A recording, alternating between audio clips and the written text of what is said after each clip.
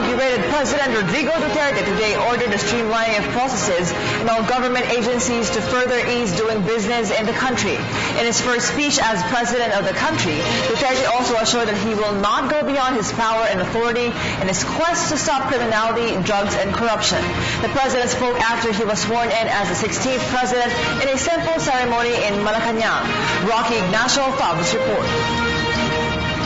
Former Davao City Mayor Rodrigo Roa Duterte formally took his oath as the 16th President of the Republic of the Philippines in Malacanang. At exactly 12 noon of June 30, Supreme Court Associate Justice Benvenido Reyes administered of the oath of office to Duterte. Presidential children led by Davao City Mayor Sara, Vice Mayor Paulo, Sebastian and Veronica Duterte witnessed the signing of the oath of office of the first Mindanaoan to become president. Compassion and change are the theme of his inaugural address.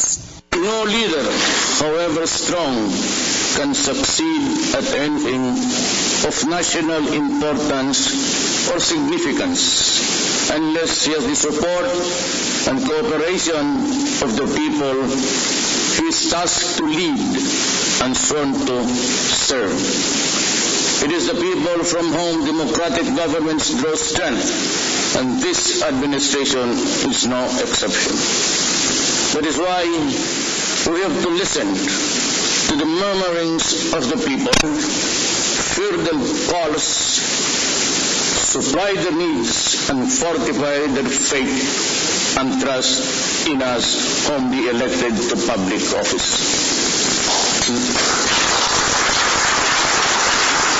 President Duterte assured to serve the majority of Filipinos and not for few. He admitted the real problems now are the erosion of faith and trust in government. There are many amongst us who advance the assessment that the problems that bedevil our country today, which need to be addressed with urgency, are corruption, both in the high and low echelons of government, criminality in the streets, and the rampant sale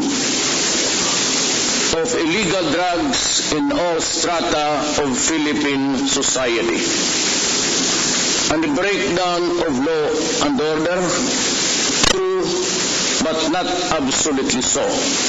For I see these ills are mere symptoms of a virulent social disease that creeps and cuts into the moral fiber of Philippine society. I sense a problem deeper and more serious than any of those mentioned or all of them put together.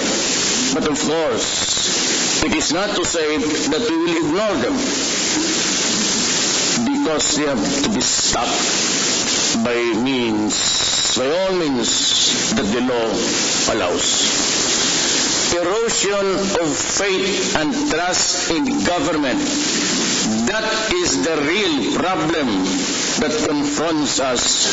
Resulting therefrom, I see the erosion of the people's trust in our country's leaders, the erosion of faith in our judicial system, the erosion of confidence in the capacity of our public servants to make the people's lives better, safer, and healthier.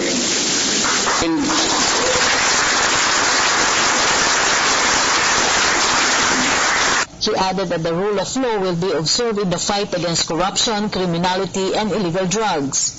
I know that there are those who do not approve of my methods of fighting criminality, the sale and use of illegal drugs, and corruption. They say that my methods are unorthodox and verge on the illegal. In response, let me say this. I have seen how corruption bled the government of funds which were allocated for the use in uplifting the poor from the mire that they are in.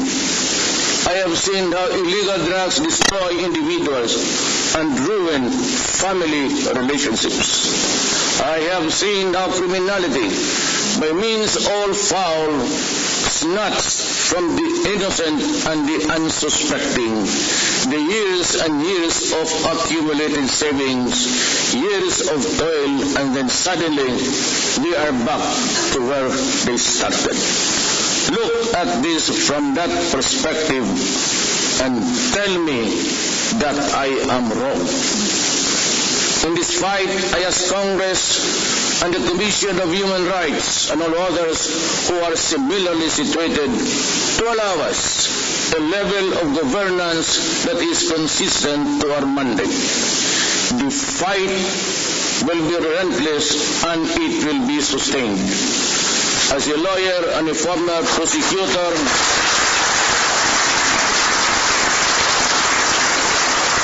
I know the limits of the power and authority of the President. I know what is legal and what is not. My adherence to due process and the rule of law is uncompromising.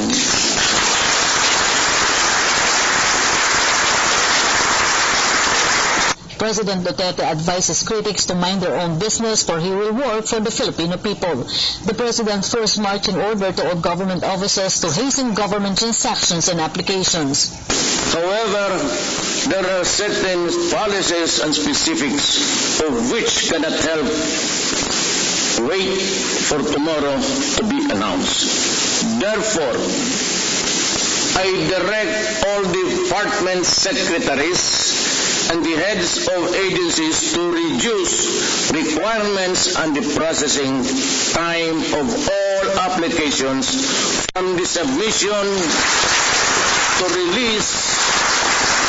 I order all department secretaries and heads of agencies to remove redundant requirements, and compliance with one department or agency shall be accepted as sufficient for all. I order all department secretaries and heads of agencies to refrain from changing and bending the rules of government contracts, transactions and projects already approved and awaiting implementation. Changing the rules when the game is ongoing is wrong. I abhor secrecy and instead advocate transparency. In all government contracts, projects and business transactions, from submission of proposals to negotiation to perfection and finally to consummation. Do them and we will work together. Do not do them, we will part sooner than later.